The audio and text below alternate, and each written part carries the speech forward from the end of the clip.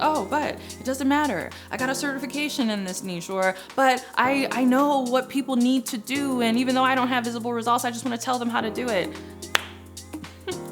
Listen to me. Make sure that you have a visible victory in whatever niche you're in, and if you don't, that's a red flag that you might be in the wrong niche.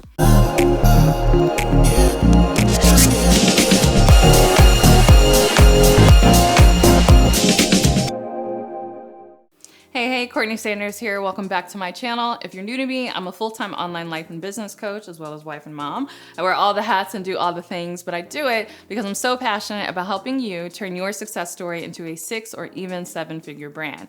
And in order to do that, you need to make sure you're in the right niche. But what if you've picked the wrong niche? How would you know, right? In fact, I wanted to do a video on this topic because this is like the #1 thing that people struggle with and the #1 question that I get asked, even for people who feel like they know their niche and they're like, I want to coach in this arena, but is this right? Can I create coaching programs? How do I know, Courtney, right? And so while I would have to work with you in depth in order to help you figure out exactly what your niche is, though I do have a free challenge about that. It's called the Nail Your Niche Challenge. And so you can click the link below in order to learn more about it, in order to join. But in this video, I wanted to give you 5 signs to watch out for that might be an indication that you've actually picked the wrong niche. So if you've picked a niche, but you're not sure if it's quite right for you, you'll definitely want to stay tuned to the points that we're going to be covering in this video, because if any of these signs pop up for you, then that is a red flag that you might want to revisit your niche. So if you're wondering like, ooh, what is that? Let's get into it. All right, the first red flag that you might have picked the wrong niche is something that you don't have any visible victories in. I talk about this ad nauseum on this channel. If you've watched more than 3 videos, you've probably heard me mention it, but I mention it all the time because it's so important, and I'm always amazed at how many people do not follow my advice with this, right? They're like, oh, but it doesn't matter. I got a certification in this niche, or, but I know what people need to do, and even though I don't have visible results, I just want to tell them how to do it. Listen to me, especially if you are just getting started in coaching, which obviously if you are still trying to figure out what your niche is, then there's a good chance that you are just getting started in coaching.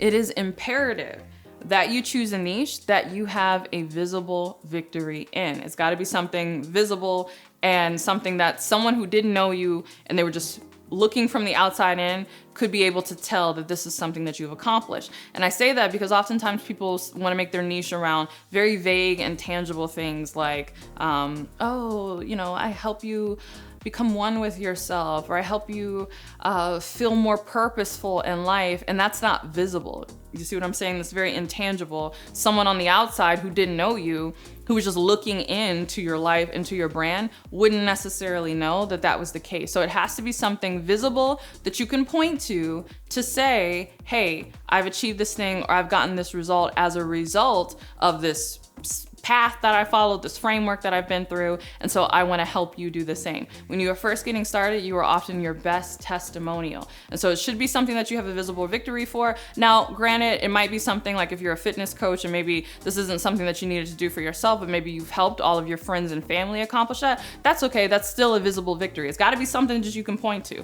Either I've done this, or people close to me, that I've worked with, I've helped them do this, but you got to be able to point somewhere, and it needs to be obvious to people like, oh, wow, we see the transformation. This is the result that they've gotten, right? If you're a career coach and you don't have a visible victory of how you started in, middle management, and then you moved up to upper management or something like that, then again, it's going to be difficult. It can't just be, oh, well, I feel more self-assured about my career.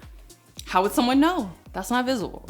So make sure that you have a visible victory in whatever niche you're in. And if you don't, that's a red flag that you might be in the wrong niche. All right, going along with that, the second red flag that you might be in the wrong niche, which is somewhat connected to the first red flag, is if your niche is super vague. Now, oftentimes people have trouble showcasing a visible victory precisely because their niche is super vague. So I gave examples previously. Oh, I help people walk in their life purpose. I help people feel more connected to themselves on the inside. Again, it's very difficult to show a visible victory in that because it's so vague and it's so intangible.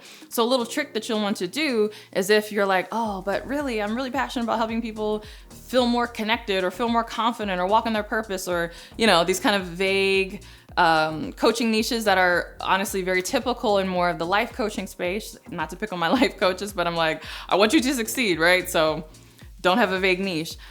Ask yourself, okay, as a result of this vague thing that I feel that I've accomplished, what are some like tangible, practical results that I have in my life, or the people that I've worked with through this process that they have in their lives that are visible as a result of this, right? And so it might be, I don't know, lost 10 pounds. I found my dream spouse. I launched a business. I switched to a new career. I went vegan. Like, there should be something like very tangible and, again, visible, going back to the first point.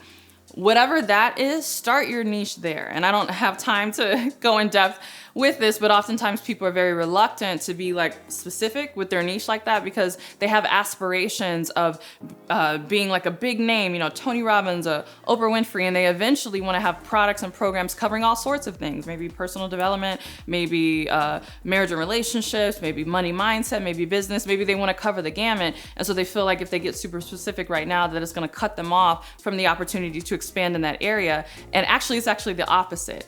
If you get specific, it's going to give you the groundwork and the foundation that you need to branch out and to grow in those areas. So don't be afraid to be specific.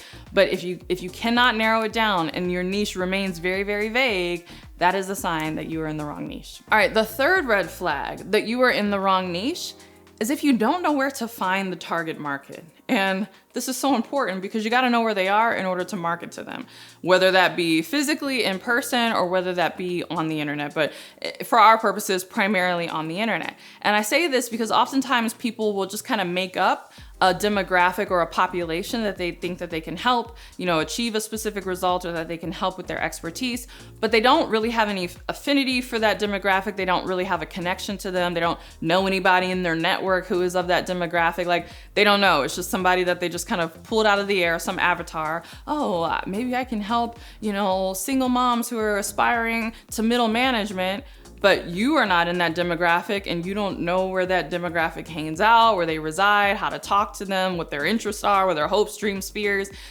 Certainly to a degree, there's some of that we can research. But again, if you're just getting started and if you're trying to figure out your niche, there's a good chance that you are getting started. It's better that you find a niche that is already in proximity to you, right? So if the target market is not you per se, or a person or demographic that you used to be, maybe until you've gone through your process and then you came out of it. So if you're not speaking to like your past self, then you want to at least speak to people that are kind of in your orbit, because there's going to be an implicit knowledge and understanding of what their pain points are, what their hopes, dreams, desires are, and then also where they are, right? What types of places online do they hang out at? What types of books do they read?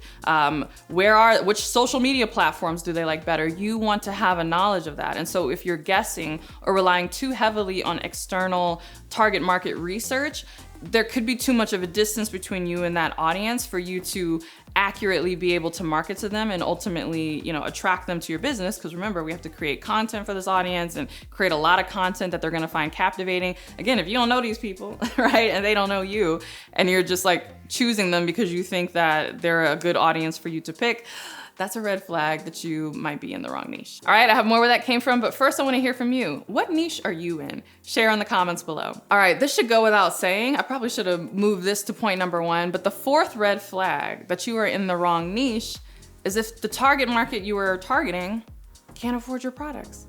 I know.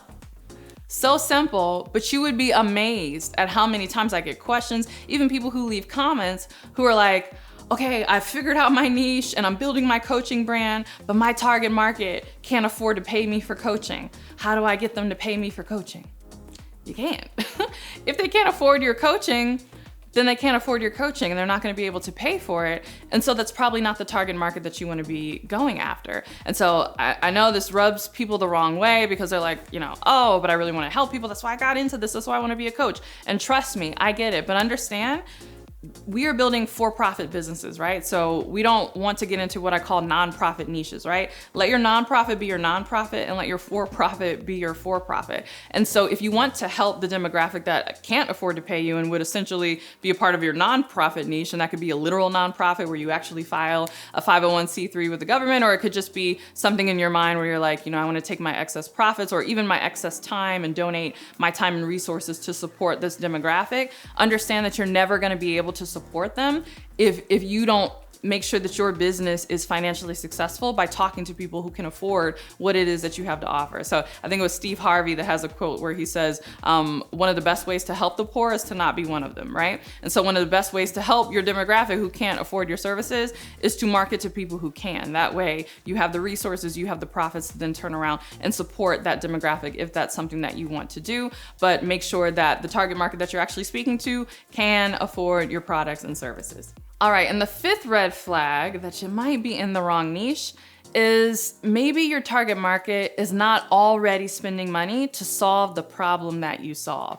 This is a big one, right? And I say this because sometimes we make up problems, right? In fact, this is connected with one of the previous points that I made where I said, if you don't know where to find this target market, right? That they're this kind of made up avatar in your head, but you don't actually know anybody like that in real life, or you're not connected to them in any way. Oftentimes we will then try to solve a problem for them that's not really a problem that they're looking to solve. But again, it's a fictitious avatar that we made up in our mind, and we're now solving a fictitious problem that doesn't really exist. And so we want to make sure that whatever problem that we are solving with our coaching program and a part of our niche, that actually people are already spending money to solve that problem. Now hear me, they might not be spending money on coaching yet, but they should be spending money in some way on that problem, right? Are they buying books on that problem? Are they attending conferences? Are they already speaking to other professionals to help support them in that arena? If you're finding that the target market is not spending any money on that problem whatsoever, then there's a good chance that you might be in the wrong niche. So hopefully this video was helpful to you. Hopefully if any of these red flags apply to you, you will actually sign up for my free 5-day Nail Your Niche Challenge. Now, I cannot promise that this is gonna be free forever. This is an experiment that I've been doing just to see, but it's been so impactful, and just the testimonials that we get, again, from this free challenge has just been really amazing. So if you really need help with your niche and any of these 5 red flags popped up for you truly, click the link below to join the next cohort of my free 5-day Nail Your Niche Challenge, which I am going to help you nail down that niche, in a good niche, right? That'll be profitable for you, but also will help you achieve great impact. So go ahead and click the link below to join now. All right, thanks so much for watching this video. If you liked it, don't forget to give it a thumbs up and subscribe. And if you can't wait for my next video, make sure you are subscribed to my podcast, The Courtney Sanders Show, on both iTunes and Spotify. And if you can't wait for my next podcast episode or my next video, make sure that you are following me on Instagram. It's CourtneyLSanders, all one word. I only have one account. I'll never misspell my own name. There's no numbers, no spaces, no dashes. I say this because unfortunately sometimes spam accounts try to mimic or clone or catfish me. So weird, right? These people should totally get a life. But click the link below if you're not sure. I have my actual Instagram account linked. You could just click that and that's the real profile. But again, look at the spelling, Courtney L. Sanders. Follow me on Instagram. And with that, I'll see you in the next video. Bye.